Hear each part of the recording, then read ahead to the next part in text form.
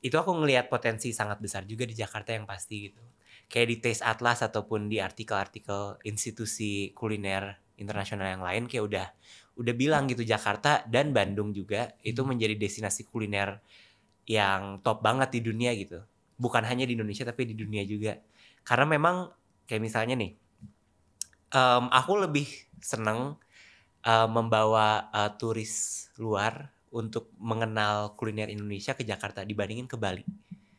Mungkin burst of flavor gitu. Mungkin kayak mereka nggak expect, misalnya kayak gado-gado, kan nggak kelihatan kayak kalau secara looks tuh nggak yang nggak se-colorful itu. Betul. Atau nggak yang semeriah itu ya, gitu. Didominasi sama hijau-hijauan itu ya. Coklat, bumbu kacangnya itu.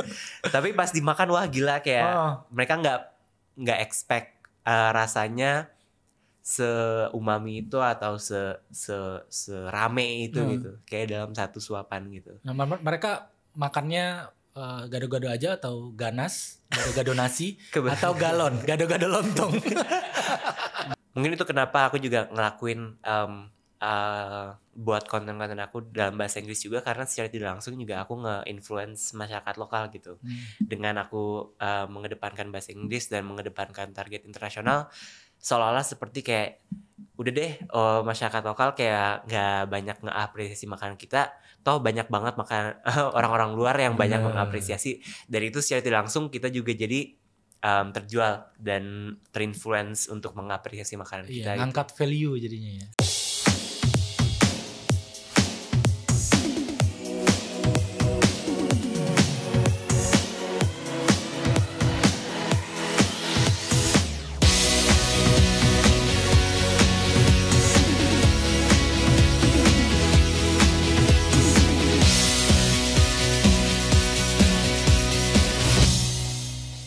Bismillahirrahmanirrahim. Assalamualaikum warahmatullahi wabarakatuh. Halo Sobat Budaya, selamat datang di podcast Budaya dari Dinas Kebudayaan Provinsi DKI Jakarta.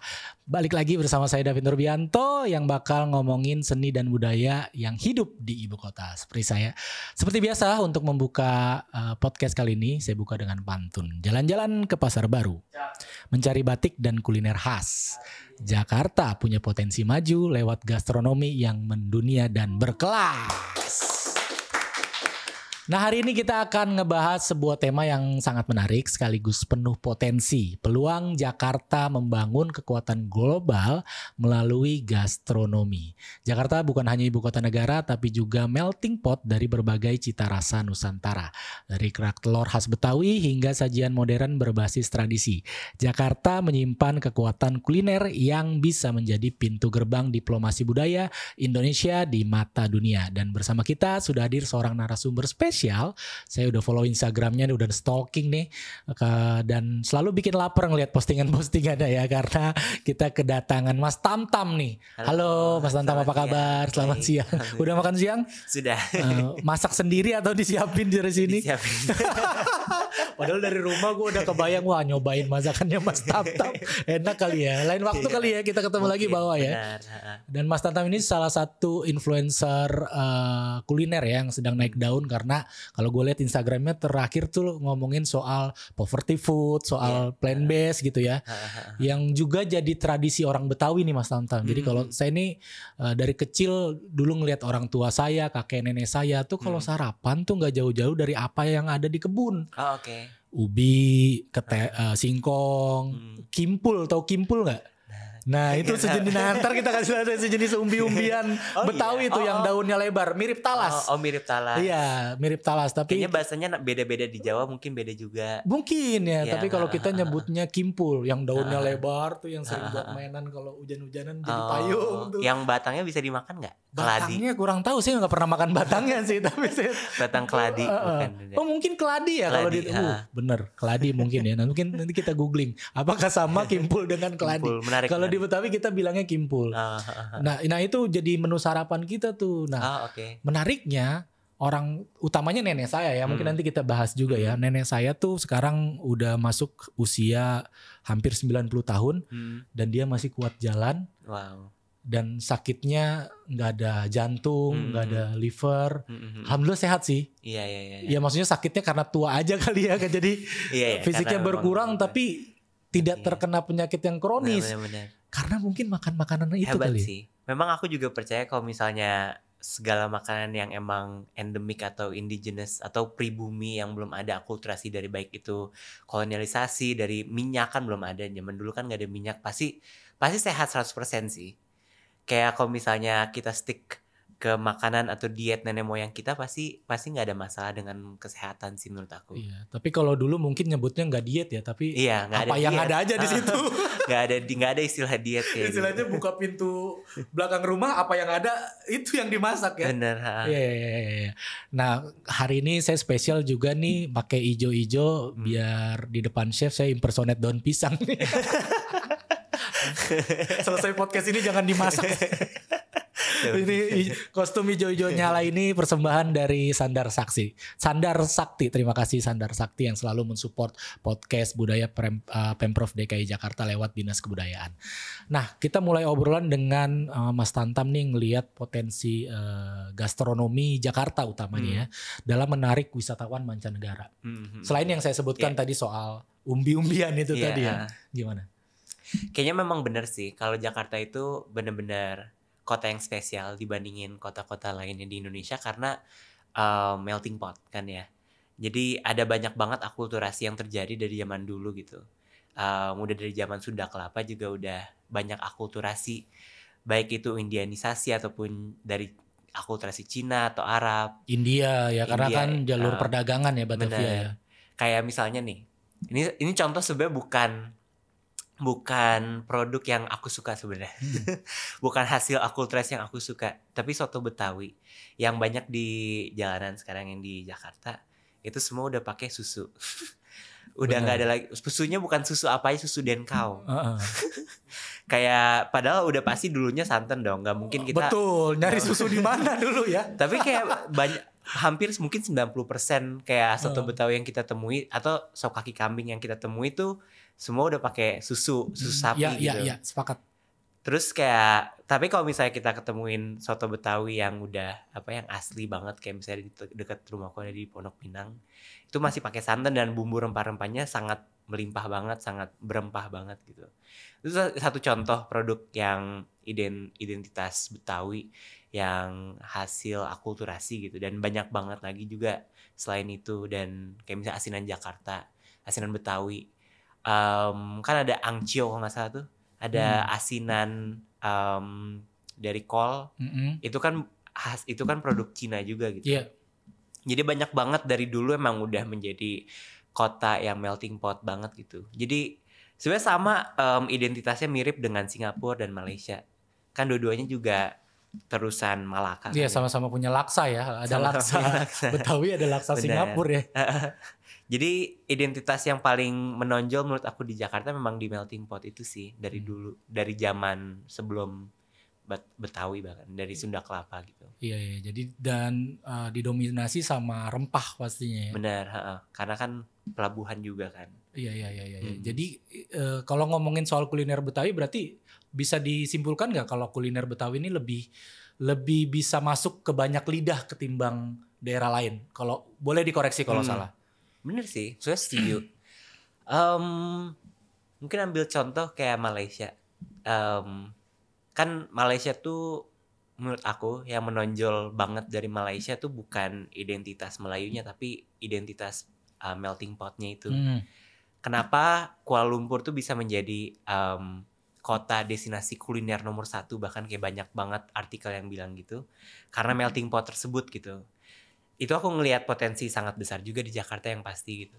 Kayak di Taste Atlas ataupun di artikel-artikel institusi kuliner internasional yang lain kayak udah bilang gitu, Jakarta dan Bandung juga itu menjadi destinasi kuliner yang top banget di dunia gitu. Bukan hanya di Indonesia tapi di dunia juga. Karena memang kayak misalnya nih, aku lebih seneng membawa turis luar untuk mengenal kuliner Indonesia ke Jakarta dibandingin ke Bali. Oke, padahal tujuan wisata utamanya Indonesia ya Bali ya, bisa dibilang. Maksudnya aku lebih nyaman, mungkin karena aku juga bias karena aku tinggal di sini. Tapi karena aku juga tahu banyak banget kayak kalau misalnya mau ngajak ke makanan Padang kemana atau ke makanan mau gado-gado kemana atau makanan pecel dan lain-lain gitu. Jadi banyak banget udah opsinya udah nggak terhingga gitu. Aku lebih suka dibawa mereka ke Jakarta karena misalnya nih restoran Padang paling enak menurut aku di Jakarta. Bukan di Padang. Ini fun fact loh. Fun fact dari seorang investor. Tapi aku ini kebetulan aku belum pernah ke Padang, tapi kayak dibandingin maksudnya dibandingin Bali ya, ketimbang Bali. Dibandingin daerah asalnya maksudnya ya. Kayak banyak banget opsi yang top banget gitu di Jakarta ataupun gado-gado gitu. Ini masih misteri, walaupun masih misteri sebenarnya asal muasal gado-gado tuh entah dari Jawa Timur atau dari Jakarta. Bener. Kayak ada dua teori gitu. Bener. Cuman gado-gado yang paling enak yang pasti aku bisa temuin di Jakarta gitu. Ya. Baik itu maupun nggak 100% otentik, yang ada yang pakai kacang mede yang versi premiumnya, tapi enak banget kan. Enak banget tapi mahal ya.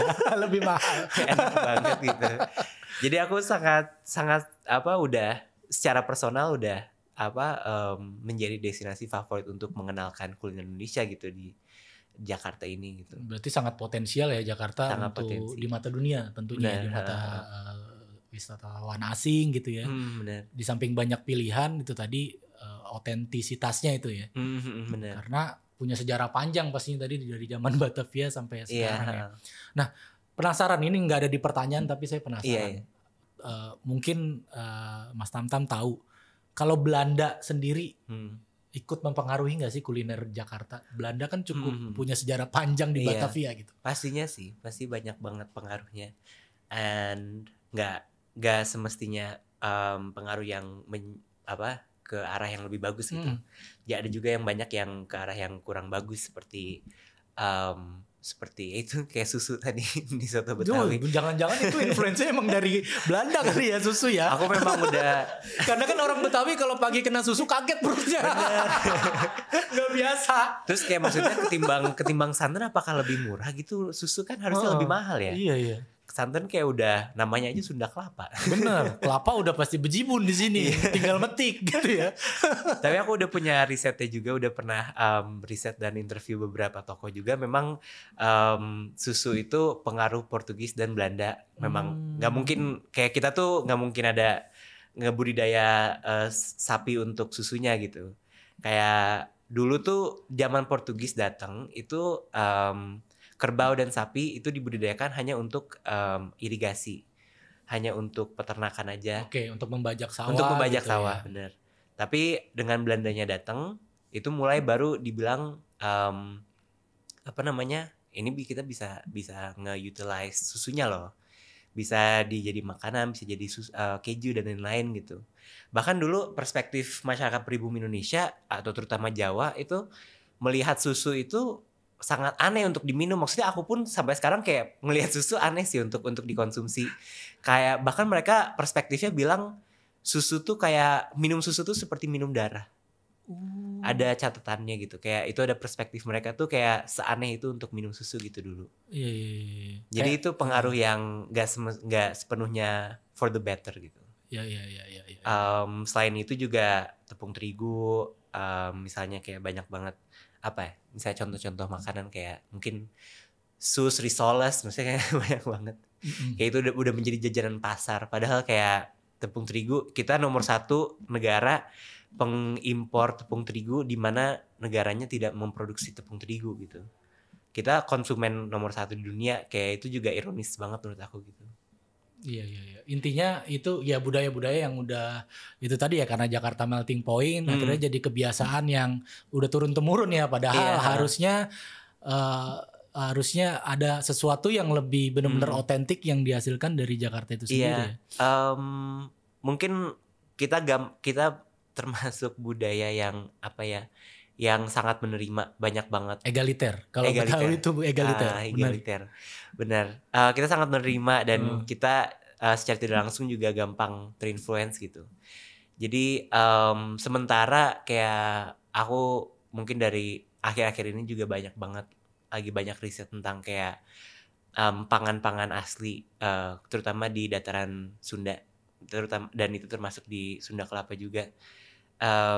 sebelum datangnya nasi itu ada apa, kayak banyak banget melimpah gitu. Kita kayak julukan Sansekertanya di India tuh land of grain atau land of barley gitu. Kita udah terkenal di secara internasional kayak kita tuh melimpah banget padi-padian. Apa? Penghasil karbo. Padi-padian, maksudnya bukan padi beras ya, padi-padian. Padi-padian dan sejenisnya ya. Sejenisnya. Kita udah terkenal banget dan kita harus kayak mulai harus melestarikannya lagi gitu. Nah, kalau ngomongin soal konsep gastronomi yang berkelanjutan nih, menurut Mas Tamtam, sebesar apa nih potensi Jakarta dan relevansinya nih untuk kota global? Mungkin kita sangat potensi terbesarnya juga di modernitas juga ya. Kayak misalnya kalau kita ngomong satu institusi atau satu restoran yang paling sangat panutan banyak figur-figur kuliner kayak August, itu kan one of 50 best restaurant in Asia kalau nggak salah masuk. Kayak ini contoh-contoh kayak restoran-restoran yang ada di Jakarta tuh potensinya sangat besar sekali untuk menjadi restoran berkelas di dunia gitu. Dan aku ngelihat mungkin kalau ngomongin makan tradisional potensinya seimbang lah, banyak dengan Sunda juga, Jawa juga, sangat seimbang. Cuman memang menjadi jembatan yang bagus sih Jakarta karena modernitas tersebut, kayak restoran-restoran yang bagus, restoran-restoran yang inovatif gitu. Jadi itu sangat gampang untuk menjembatani gastrodiplomasi di Indonesia gitu. Iya, kan tadi udah cerita soal Mas Tantam sering nemenin turis-turis ya untuk kulineran. Pernah nemuin nggak turis nih anggaplah mencoba kuliner Indonesia. Nah, mostly tuh ekspresi apa yang keluar dari mulutnya yang wah ini enak itu pasti ya. Tapi apa yang bikin itu enak secara spesifik? Apakah rempahnya, teksturnya, atau apanya? Mungkin ada dua ya, ada bagus sama nggak bagusnya. Kadang-kadang ada juga feedback yang nggak bagusnya. Yang bagusnya tuh pasti enak. Mungkin burst of flavor gitu. Mungkin kayak mereka nggak expect, misalnya kayak gado-gado, kan nggak kelihatan kayak kalau secara looks tuh nggak yang nggak se-colorful itu. Betul. Atau nggak yang semeriah itu. Ya gitu. Didominasi sama hijau-hijauan itu ya. Dan coklat, bumbu kacangnya itu. Tapi pas dimakan wah gila, kayak mereka nggak expect rasanya seumami itu atau serame itu gitu, kayak dalam satu suapan gitu. Nah, mereka makannya gado-gado aja atau ganas, gado-gado nasi, atau galon, gado-gado lontong. Beda, berubah-berubah. Mereka nyobain gado-gadonya aja atau udah nyobain sama nasinya tuh? Lontong sih biasanya. Lontong ya. Biasa pakai lontong. Memang kebetulan aku ada bias juga karena aku vegetarian juga kan. Jadi aku banyak yang ngasih gado-gado juga. Asinan Betawi juga. Cuman memang atau pecel gitu, kayak nggak ke soto Betawi, nggak karena ke soto Betawi gitu. ada biasa juga. Jadi kayak banyaknya impresinya dari gado-gado dan ketoprak gitu. Itu bagusnya mungkin kayak memang makan Indonesia tuh nggak yang pleasing to the eye. Ini personal kayak tapi maksudnya kita harus nge-embrace itu gitu. Kayak nggak berarti itu menjadi sebuah insult gitu. Tapi pas dimakan, pas kayak udah dirasa-rasa memang ternyata kaget gitu orang-orang, kayak ada esensi kagetnya itu. Terus itu yang bagusnya kayak banyak surprise factornya banyak. Itu nomor satu. Yang kedua yang nggak bagusnya tuh ini hampir kayak banyak banget orang turis-turis mancanegara kayak pada feedback ke aku, kayak satu hal yang mereka kurang terkesan sama makan Indonesia tuh banyaknya gorengan. Minyak, benar. Mereka tuh mungkin banyaknya orang Eropa kayak sangat bersih juga makanannya gitu, dan nggak yang terbiasa dengan minyak-minyakan. Jadi kayak hampir nggak bisa survive sih, kayak gila di mana-mana makanan gue pasti ada gorengan dan ada minyak di mana-mana gitu. Iya benar, makanya kalau mereka kerja atau berkantor di Jakarta jarang ikut meeting tuh. Karena makanan meeting rata-rata gorengan. Bener. Risol. Aduh, meeting saya gak ikut kan gorengan. Risol, tahu isi. Aduh. Bener. Kayak nggak bisa deh. Nggak bisa. Dan ini pertanyaan personal, nggak ada di ini juga. Kalau Mas Tamtam, makanan tuh menurut Mas Tamtam lebih penting penampilan atau rasa? Aduh, lucunya aku pengen menjawab di luar dari dua itu. Sebenarnya di luar dari dua itu menarik nih. Apa? Kalau bukan penampilan, bukan rasa, terus apa? Identitas atau cerita di baliknya. Wow, story-nya ya, ada story-nya ya. Jadi kalau pesen gado-gado, ini pare cara metiknya gimana? Aku soalnya lebih bisa tergiur sama makanan karena ceritanya gitu. Betul. Kayak cerita storytelling di baliknya tuh yang faktor yang menurut aku paling menjual gitu. Iya. Dan kayak dari yang makanan kurang enak atau kayak baik itu pahit ataupun asem banget, tapi kalau misalnya dibilang kayak ini dari kebun ini dan ini petaninya dan segala macam, ini udah menjadi makanan sehari-hari, pasti kayak jadi enak gitu. Dan menurut Mas Tamtam itu potensial untuk dibangun lah istilahnya ya. Aku kurang tahu kalau misalnya potensi menjadi senjata gastrodiplomasi Indonesia melalui storytelling. Aku kurang tahu apakah efektif, cuman itu menjadi senjata aku selama ini gitu. Menjadi membangun konten ke luar negeri dan ditargetkan ke international audience. Itu aku selalu mengedepankan story-nya gitu, dan itu selalu selalu working dengan strategi tersebut gitu. Iya. Kurang tahu deh kalau misalnya gimana caranya. Tapi kayaknya strategi masuk lain deh. Soalnya tukang gado-gado yang rame di dekat rumah gue tuh yang cerewet. Yang banyak omong, ngulek sambil ngobrol. Tangan di sini, tapi bukan di sini. Anehnya nemu aja lagi. Masukin apa nggak tanpa ngeliat lagi tuh. Rame biasanya tukang gado-gado yang kayak gitu ya. Kayak udah menjadi kayak ada ikatan personal juga kan. Nah itu, jadi kita nunggu lama pun ngantri pun berasa didongengin gitu. Terus kita secara tidak langsung udah menjadi favorit kita tuh kayak tempat gado-gado yang ada ikatan personal kan sangat kuat itu. Jadi experience-nya dapat. Jadi kan apalagi kalau congor ibu Betawi kan biasa. Neng, ini habis Neng, tolong ambilin nasi, habis Neng nasi. Itu menarik sih. Mungkin nih para pelaku UMKM nih yang jual gado-gado bisa tuh untuk melatih public speaking ya. Benar. Melatih public speaking. Iya. Oke, kita ke pertanyaan berikut ini. Kalau soal tantangan utama nih yang dihadapi Jakarta khususnya ya, untuk menjadikan gastronomi sebagai kekuatan global tuh apa aja? Apa ya? Tantangan utamanya apa? Tantangan mungkin apa ya tantangan utamanya? Mungkin ini deh, yang paling lumayan urgent juga, kolonialisasi yang secara tidak langsung yang sekarang terjadi, banyak kayak Koreaisasi atau Thailandisasi. Sepakat. Tren ya. Tren. Itu mungkin on an urgent note, lebih ke ini kedua ini kayak apa kolonialisasi itu ya kolonialisasi yang secara tidak langsung terjadi di dunia kuliner Indonesia ataupun Jakarta, ini menjadi yang tantangan terbesar mungkin untuk jadi gempuran tren makanan dari luar itu sendiri ya yang bikin mungkin generasi sekarang nih ya karena mereka melihatnya itu, jadi yang utamanya punya Jakarta punya nih jadi terlewat mungkin gitu. Bener. Kayak mungkin itu kenapa aku juga ngelakuin buat konten-konten aku dalam bahasa Inggris juga, karena secara tidak langsung juga aku nge-influence masyarakat lokal gitu.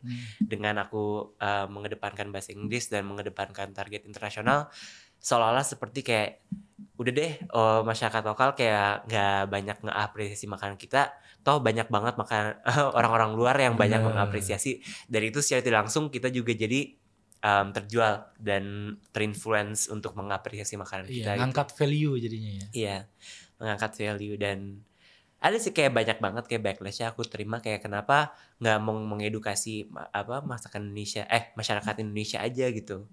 Kenapa harus pakai bahasa Inggris? Toh kayak banyak banget makanan-makanan atau bahan-bahan yang kayak cuman diketemui di Indonesia doang gitu. Kayak apa gunanya gue menjual ke luar negeri gitu. Tapi memang kayak dengan aku melakukan ini jadi secara tidak langsung ke masyarakat lokal juga gitu. Jadi mungkin nggak tahu ya, ada secara psikologis kayak orang Indonesia dan orang Jakarta juga kayak bakal lebih gampang terinfluence kalau misalnya itu bukan kepemilikan kita, mungkin kayak ada esensi yang secara tidak di bawah alam sadar kita kayak ada kesan tersebut gitu. Ya mungkin itu menjadi Kalau tantangan saya rasa sih mungkin karena orang kita tuh banyak yang takut kalau makanan disebut dalam bahasa Inggris harganya jadi lebih mahal. Kayak es teh sama ice tea kan beda. Kalau es teh 5.000, kalau ice tea 15.000. Jadi Mas Tam-Tam, aduh jangan pakai bahasa Inggris nih mahal nih gitu kali ya.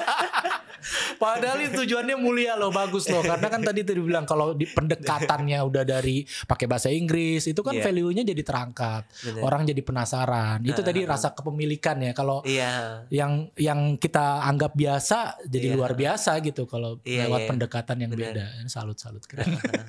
Nah kalau dari pengalaman Mas Tam-Tam sendiri nih sebagai konten kreator sekaligus praktisi kuliner, strategi apa nih yang paling efektif untuk mengangkat kuliner lokal khususnya Jakarta? Itu sih tadi mungkin selain storytelling kayak selalu mengangkat yang story-story yang gak grassrooting juga, maksudnya bukan cuman kayak cerita yang kita bisa temui di Jakarta atau di kota-kota, cuman cerita yang lebih grassrooting, lebih ke sejarah ataupun ke orang-orang yang membudidayakan pangan-pangan tersebut gitu. Itu strategi yang nomor satu yang aku selalu angkat dan itu selalu berfungsi banget juga, selalu efektif. Mungkin selain itu apa ya? Bahasa Inggris sudah pasti. Mungkin kayak branding dan kayak kualitas video yang harus bagus dan harus memang standar internasional gitu. Ya. Bukan yang hard selling, kan banyak. Aku kayak ngerasa tantangan terbesar di dunia content creation di Indonesia tuh karena kita banyak banget hard selling banget gitu di banyak banget konten-konten Indonesia. Kayak toh konten-konten luar negeri tuh nggak banyak sellingnya gitu, kayak mereka sangat low key dan sangat fokus ke tujuan awalnya gitu. Jadi itu aku selalu pelajari itu, kayak ngelihat konten luar negeri. Mungkin itu selain storytelling juga branding dan kualitas video tersebut harus standar internasional gitu. Itu strategi aku sih untuk content creation dan dengan tujuan juga gastrodiplomasi. Iya, jadi pintu masuknya tuh ya intinya walaupun yang nggak tertarik sama kuliner atau makanan, pintu masuknya bisa dari videonya keren nih gitu ya.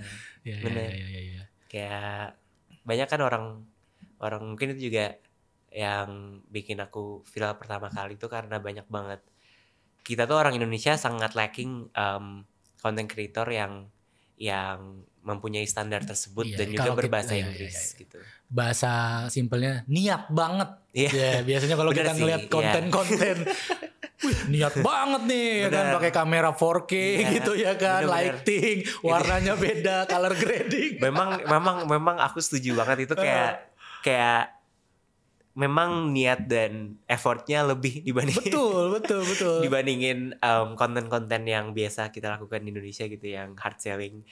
Kayak memang perlu tim, perlu planning, kayak perlu segala macam, dan itu menjadi backlash juga sih karena sekarang aku jadi nggak konsisten karena banyak banget effort yang dikeluarkan dan kayak banyak, aku kayak ngedit tuh harus 8 jam kayak bener. itu minimal 7 jam.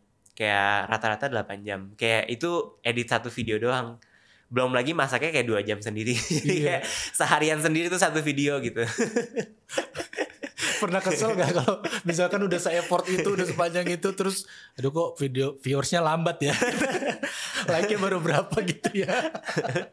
Tapi ada itu pasti. Ya itu pasti ya, itu suka duka konten kreator tuh ya. Kadang kita udah seniat apa bikin video tapi responnya gak sesuai ekspektasi. Tapi yang pasti konsistensi juga penting tuh ya. Iya, konsistensi penting. Sekarang bisa kok kayak mengedepankan kualitas dibandingin quantity, kayak algoritma sekarang kayak udah friendly untuk mengedepankan quality dibandingin quantity gitu. Jadi mungkin mengajak kayak content creator kayak untuk Ayo, kedepankan kualitas. Betul, upgrade skill yuk, ayo sekolah fotografi yuk. Oke, kita lanjut Mas Tamtam. Ini seru banget obrolan, tapi banyak ketawanya nggak apa-apa ya. Iya dong. Kira-kira kalau Mas Tamtam punya harapan nih, kira-kira apa yang bisa dilakukan pemerintah khususnya Pemprov DKI Jakarta nih untuk pelaku industri untuk mengintegrasikan gastronomi ini dengan pariwisata Jakarta sebenarnya? Aku kebetulan nggak banyak kong kali kon sama pemerintahan, tapi aku pengen banget bisa kerjasama, karena memang kayak dari aku sendiri, kayak aku bukan tipe content creator yang sangat menjual tadi gitu. Aku bukan tipe content creator yang banyak banget bisa mengundang endorsan gitu, endorsan dan ataupun pemasukan in general gitu. Kayak aku butuh banget support dari pemerintah ataupun dari Kemenpar gitu, ataupun dari Pemprov Kebudayaan. Mungkin bisa menjalin kayak ekosistem yang bagus. Mungkin kayak, tapi sempat ada kerjasama, kayaknya mau ada kerjasama sama Jalin Indonesia ya. Jalin kalau nggak salah, Dinas Kebudayaan itu udah step yang bagus. Kalau nggak salah ada banyak banget institusi yang jalan sama Pak Hilmar Farid juga udah pengen membangun dan udah tahu fokusnya itu di ekosistem tersebut gitu.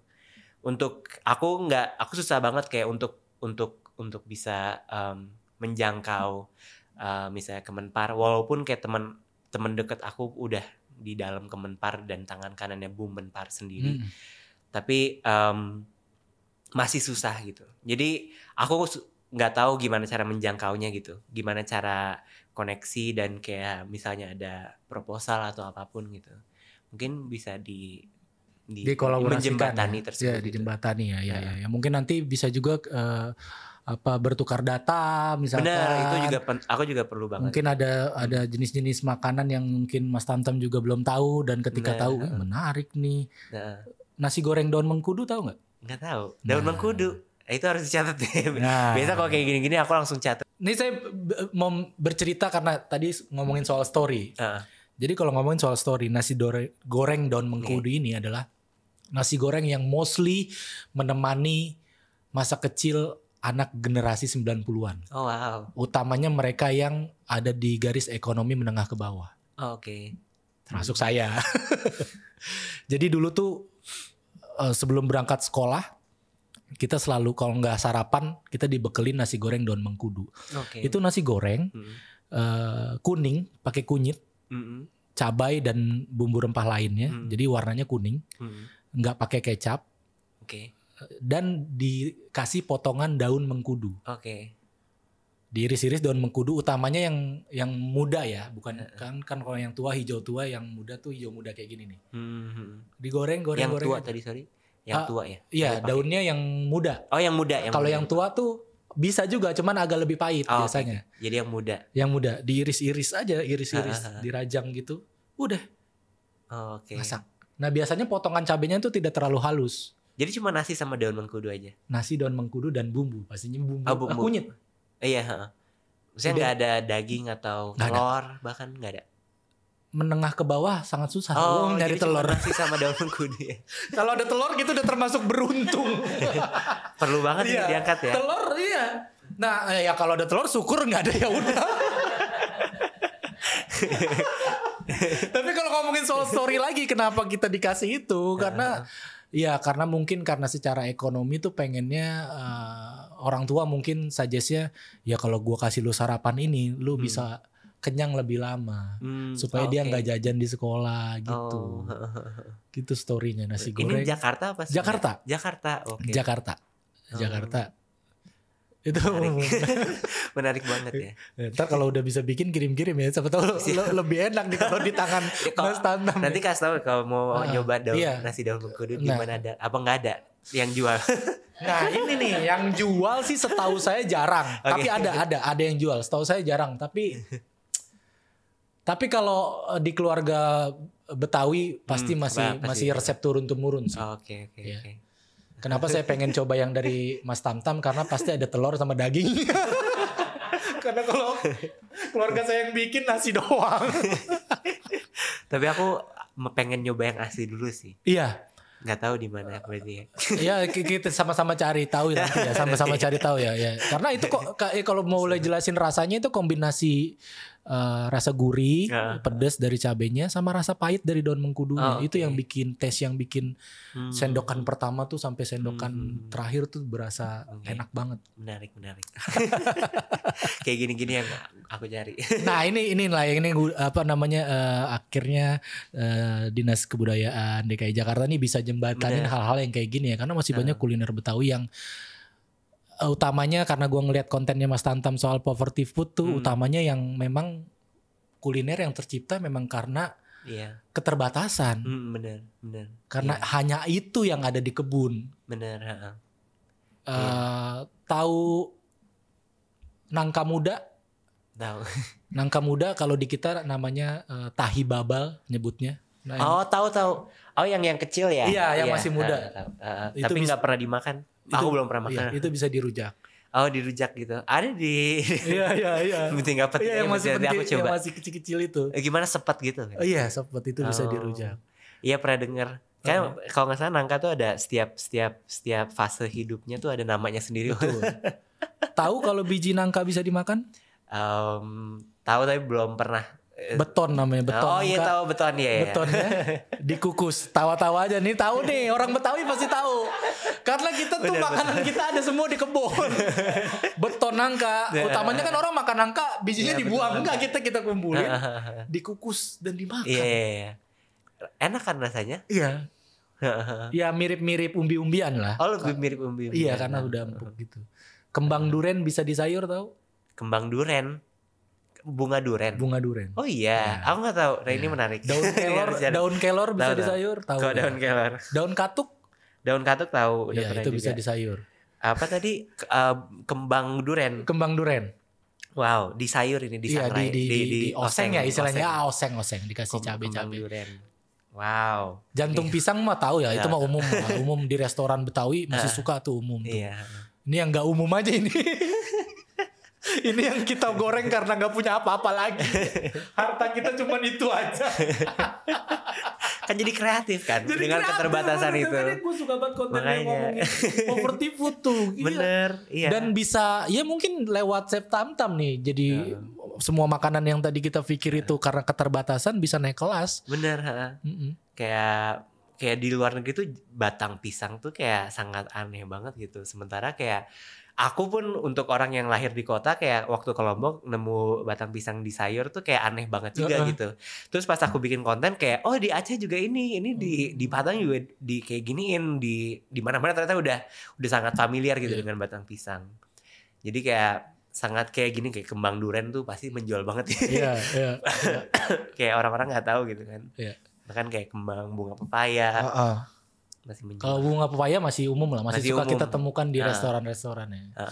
Oke, thank you banget Mas Tamtam, waktunya nih banyak insight menarik nih soal gastronomi nih. Ini ada di tangan Mas Tamtam nih ya, kuliner Jakarta bisa mendunia nih, mudah-mudahan ya. Bareng-bareng kita semua. Mudah-mudahan.